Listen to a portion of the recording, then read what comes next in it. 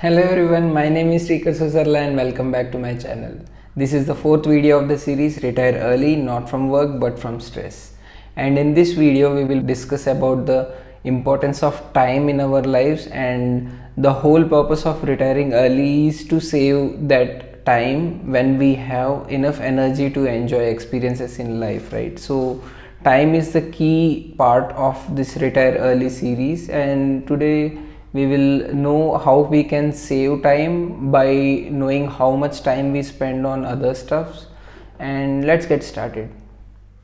Before we track what are all the things we spend our time on, and where and all we can make some changes to make the time in our lives, we must know how do we spend time, right? So mostly we live from Monday to Sunday, which is like Monday to Friday, and then living for the weekend. That's the most of the people live in that culture, right? Especially the software people.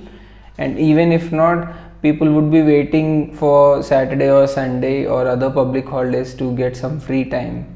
So we live in a cycle of 7 days, which is like 24/7 we call it, right? And that 24/7 is nothing but 168 hours. And today we will be checking how we spend 168 hours normally and how we can make some improvements in that, and you would be surprised by the end of the video how much time you would have left. So can you comment in the comment section, like how much time do you think you actually have in a course of 1 week? So here is an Excel sheet which I have created, and I have divided this into two parts. One is weekday tracking and one is weekend tracking, because time passes differently during weekdays and weekends. So in weekday, for freshening up we take like 1 hour, and for having breakfast, lunch and dinner snacks, and I have placed like 2 hours, 10 minutes for snacks, and 40 minutes for lunch and dinner, and 30 minutes for breakfast. And for work it is usually 8 hours, but what happens is like we work for 6 hours on an average and take a break for 2 hours. So I'll place 6 and 2 in work and break columns.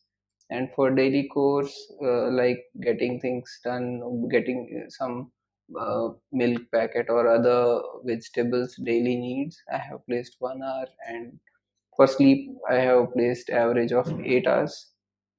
And if we are preparing food, then it would take at least 2 to 3 hours a day.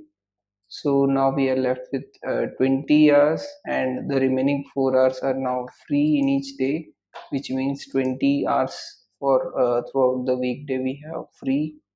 And if we go to weekend, it would take 1 hour to freshen up, and similarly 2 hours for all the breakfast, lunch, dinner and snacks. For course, if it takes like 3 hours to get the groceries and other stuff which is needed. And for sleep, if it takes again 8 hours. And for preparation, if we add like 2 hours, we can add 3 hours here in the weekday, and 2 hours in the weekend, so that like we would be getting food from outside as well, right? So I have considered that we generally take more food from outside.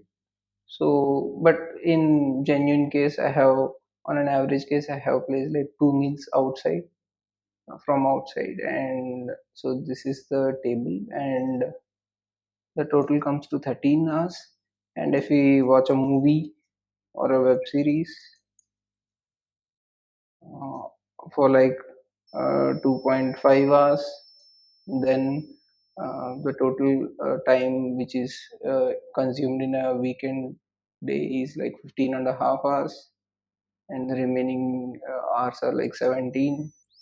So if the grand total comes to 37 hours in the whole week which is left, and if we include preparation, then we have like 18 hours of time left, which is good as well, right?